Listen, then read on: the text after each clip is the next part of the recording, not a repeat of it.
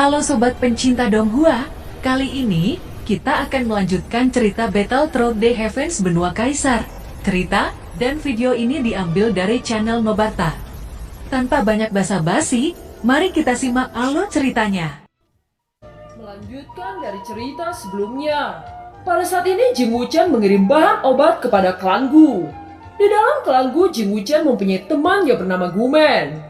Saat ini Jing Wuchen ingin menggali informasi kepada Gumen. Dia percaya hilangnya Sun Er berkaitan dengan klan Gu.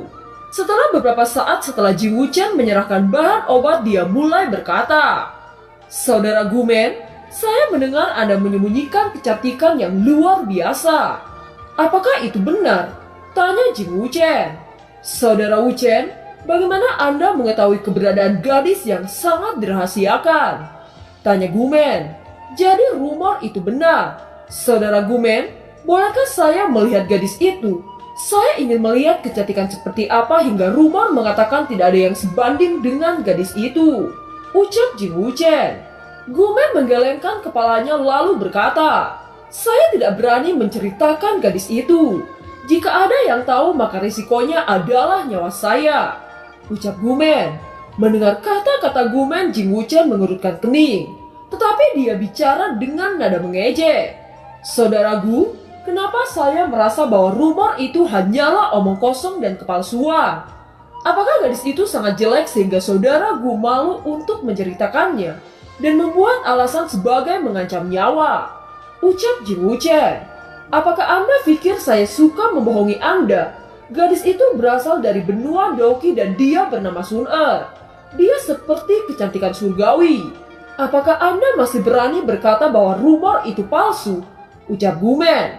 Hati Jing Wuchen berdebar setelah mendengar apa yang diungkapkan Gumen. Akhirnya dia menemukan keberadaan Sun Er. Tetapi Jing Wuchen sangat ingin tahu siapa orang yang sengaja menyembunyikan Sun Er. Jing Wuchen menekan kegembiraannya lalu memancingnya lagi. "Saudara Gu, bukankah saya teman baik Anda? Mengapa Anda tidak memberikan kepada saya keberadaan wanita cantik seperti Nona Sun Er?" ucap Jing Wuchen. "Memberikan Sun Er kepada Anda? Apakah Anda dapat dibandingkan dengan Pangeran Kuildan?" ucap Gumen. Sontak ekspresi Jing Wuchen meledak setelah terungkap bahwa Sun Er berada di tangan Kuildan. "Apa maksud Anda?" tanya Jing Wuchen ingin menggali lebih dalam lagi. Saat Tuan Muda Kuildan pertama kali melihat Sun Er, dia sangat tertarik kepadanya. Dia datang secara pribadi untuk meminta Sun Er kepada Patriark klan Gu. Tetapi Sun Er menolak dengan tegas permintaan Tuan Muda Kuildan. Melihat tindakan Sun Er, Patriark klan Gu sangat marah. Patriark Gu sangat tidak berdaya di bawah tekanan dari Kuildan. Oleh karena itu, jika Tuan Muda dari Kuildan itu tersinggung, maka mereka mempunyai alasan untuk menghancurkan klan Gu. Meski ini terlalu arogan, namun Patriark klan Gu tidak berdaya di hadapan kekuatan Kuildan. Secara alami, Patriark klan Gu memaksa Sun Er untuk bersedia bersama Tuan Muda Kuildan. Namun ternyata Sun Er justru bertekad untuk mati. Untungnya Tuan Muda Kuildan menghentikannya dan membawa Sun Er.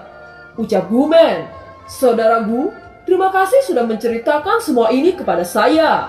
Saya tahu betapa pentingnya masalah ini. Oleh karena itu saya tidak akan membocorkannya kepada orang lain," ucap Jing Wuchen.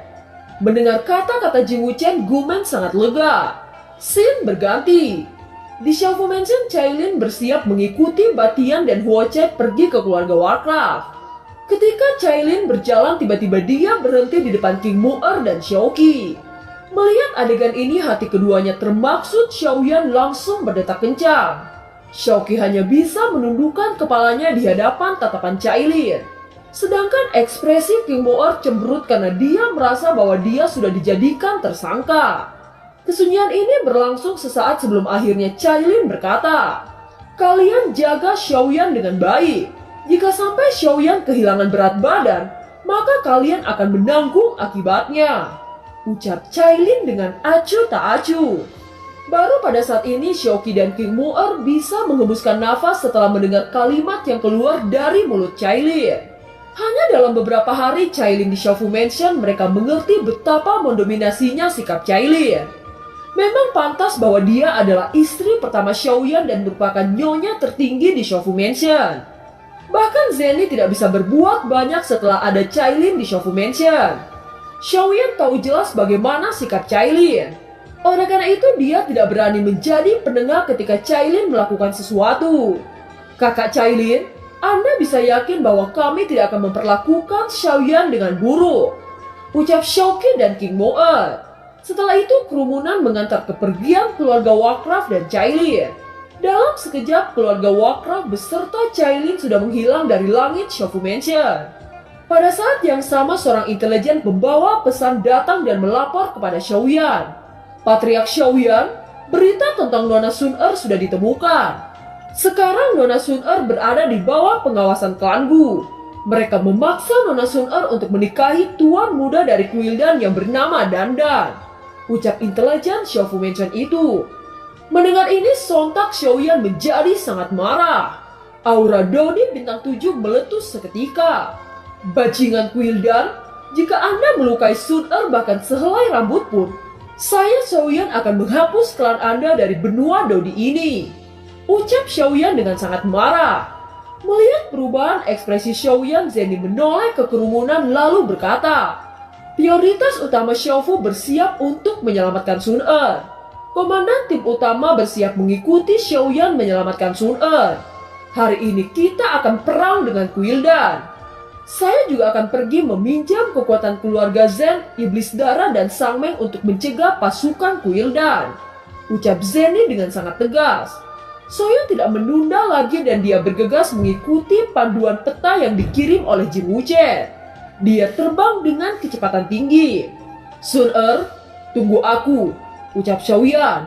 Ketika kelompok Xiaoyan melewati hutan, mereka mulai melihat sebuah kota kecil.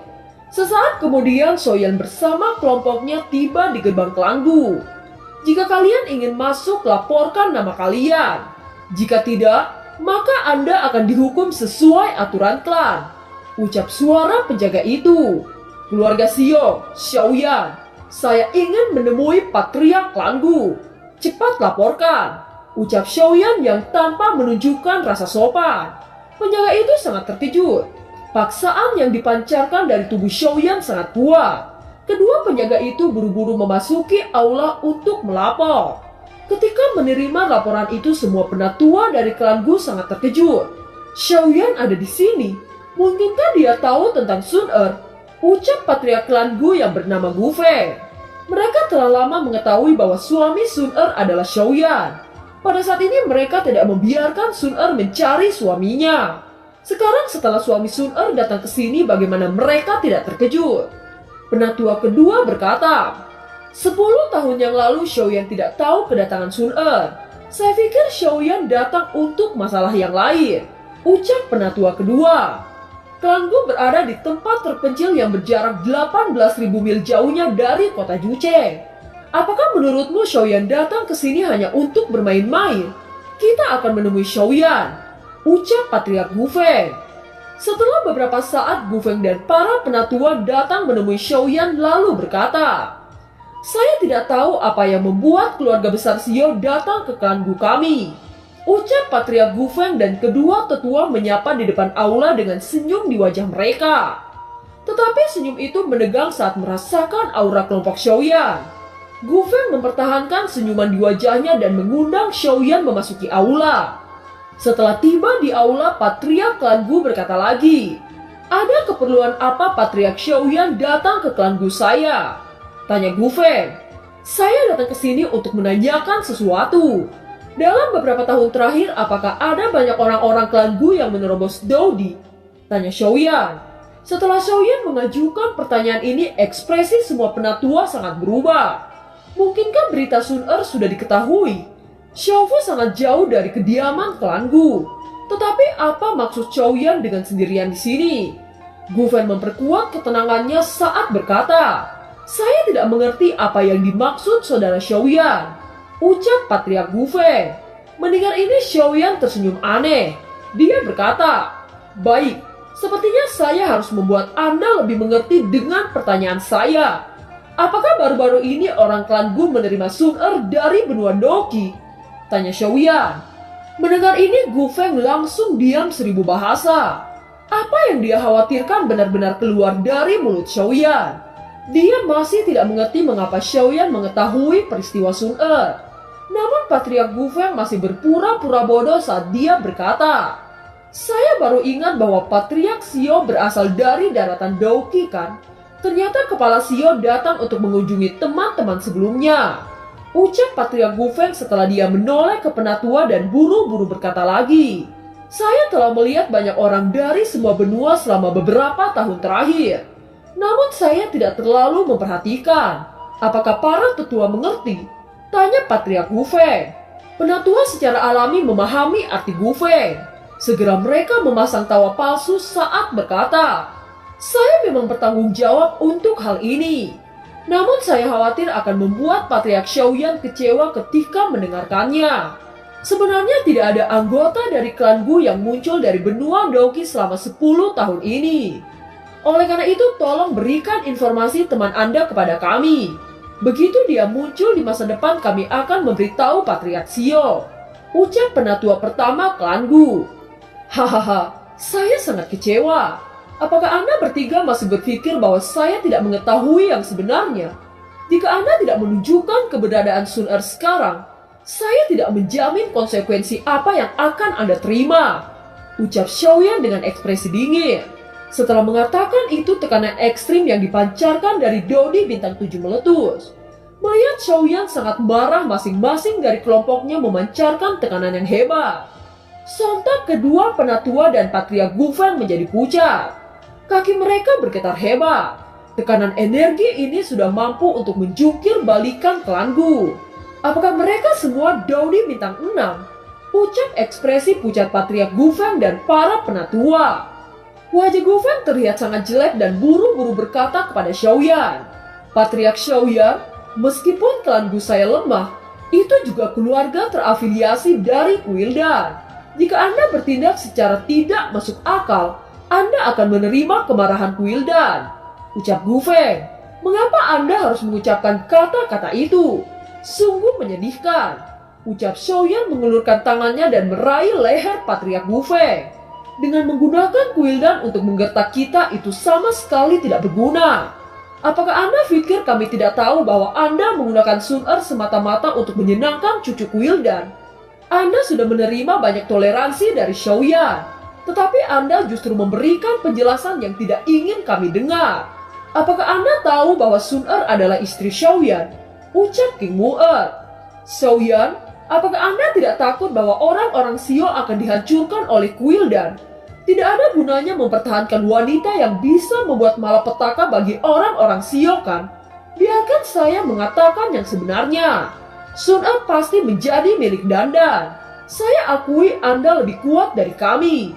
Tetapi dibandingkan Kuildan, Anda hanyalah semut yang sepele." Ucap penatua kedua. Sebelum penatua kedua itu selesai bicara, gelombang energi menabrak dada penatua itu. Tubuh penatua kedua menabrak dinding dengan sangat keras. Xiaoyan menggenggam tangannya dan kekuatan tak terlihat memecahkan tubuh penatua kedua menjadi debu tanpa darah. Gu Feng dan penatua pertama gemetar hebat melihat adegan ini. Mereka melihat Xiaoyan dengan tatapan ngeri setelah penatua kedua mati hanya dengan satu serangan. "Xiaoyan, jika Anda membunuh kami, itu hanya akan menimbulkan bencana bagi klan Xiao Anda." Sebelum penatua ketiga selesai bicara, tekanan yang kuat menghantam tubuh penatua ketiga. Patriark Gu Feng akhirnya mengerti bahwa Xiaoyan tidak dapat diancam hanya karena menggunakan nama Kuildan. Dan film pun berakhir. Terima kasih telah menyimak dari awal sampai akhir ya. Sampai jumpa.